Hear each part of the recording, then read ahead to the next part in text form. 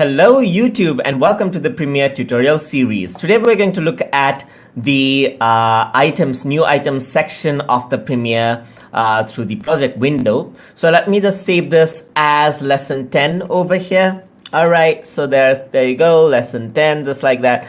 And now I'm going to go over here and then create a new item. So you can create a new item from over here and you see the options right there, or you can create a new item by right clicking and going on to new item. So we can go and create another sequence. That's one of the item, and we are supposed to select the format right here accordingly, and then I have my second sequence over here. So I have my first edit sequence and my other sequence right there, so I can create as many sequences as I want.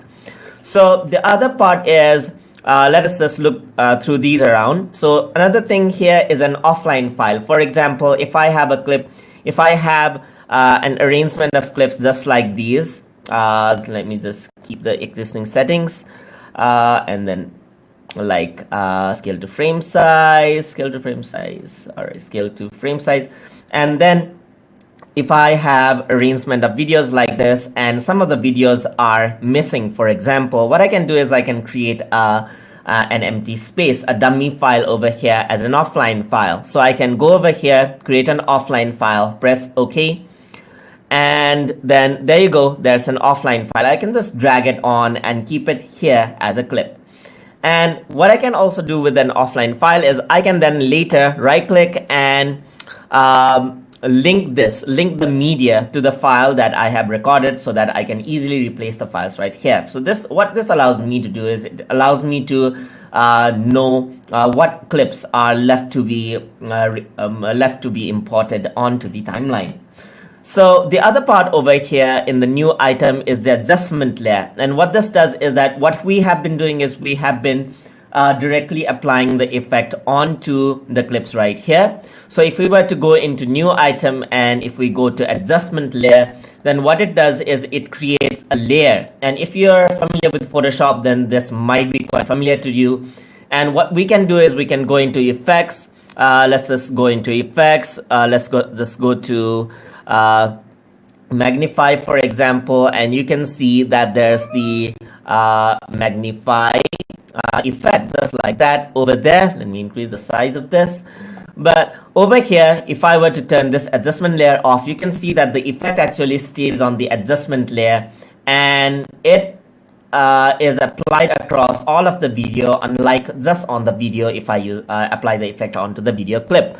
So adjustment layer is more over like a placeholder for effects, and what it does is it affects the layer, all the layers beneath the adjustment layer just like that.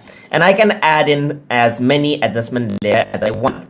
So now let us go on to the new one. Let's go to new item, and you can see that there's a title bar. So what you can do is you can create titles with this.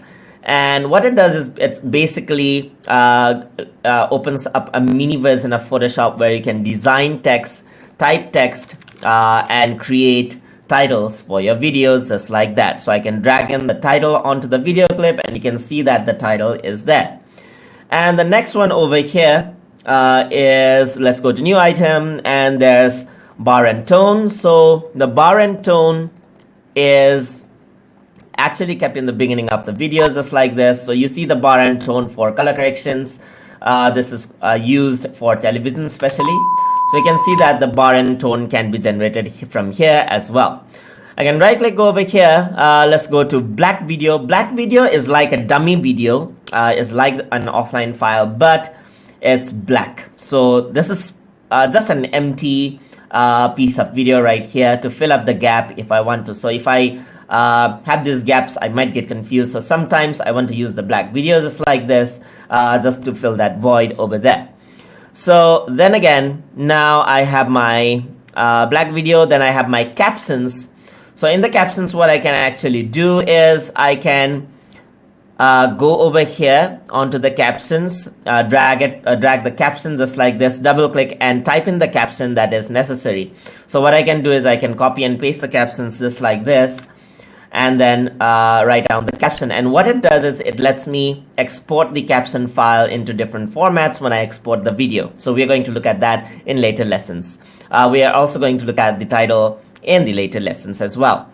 So then we go on to, okay, let's go to the project window and right click again, new item, and there's color mat. So what the color mat allows me to do is it lets me choose a particular color, unlike just black. So it's just like black video, but I can choose my own color over here. So I can give my color mat just like this, drag it onto the space, and you can see that I got my color mat video right here. So then I can go over here, I can go to SD bar and tones. So bar and tone is SD, so standard definition. SD bar and tones is more of a high definition bar and tone.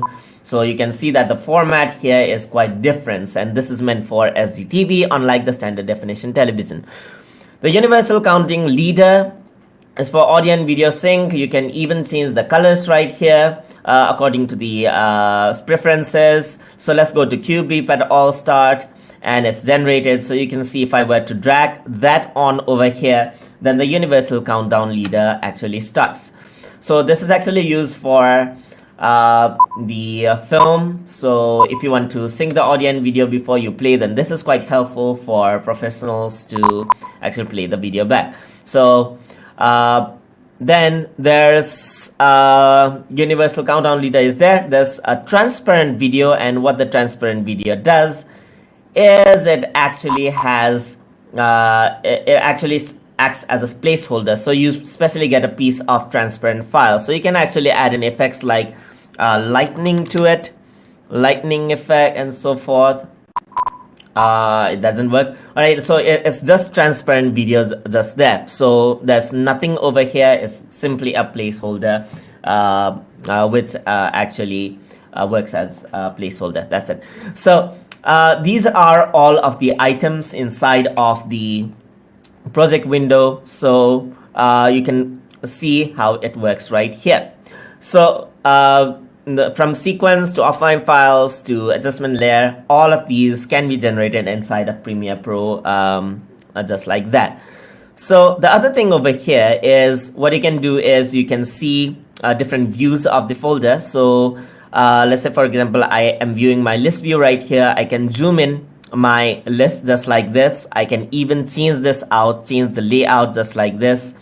And if I sometimes don't see the other tabs, I can click on the double arrow right here, and I can see the other menus just like this. So I can go to effects just like this, and I can go to my project just like this. So then over here, if I were to click on this, the icon view, then you can see that the folder, I get a different view. I get a thumbnail view. And what I can also do is if I have a lot of video files right here, I can directly search it from my project window. So what I can do is I can simply type in something like sequence, and you can see that the sequence, the word with sequence actually shows up. So the sequence is actually there. So this actually helps me. So let's say, for example, candle. So the candle video actually shows up. So this makes it easy for me to search the video right from my project window right there. So I can also do that with effects. So if I were to go into effects, I can type in. So I had been doing that for a while. So I can go for Lumetri looks, and you can see that the word Lumetri is actually shown up just like this. So this way I can easily utilize my project window as well. So even over here, so over here I can zoom in and out my timeline just like this from this bar as well. We have been using this till now, and zoom in and out this as well. So this makes it easy for us to maintain my editing just like that. So hope you guys learn something as always, and please like, comment, share, and subscribe.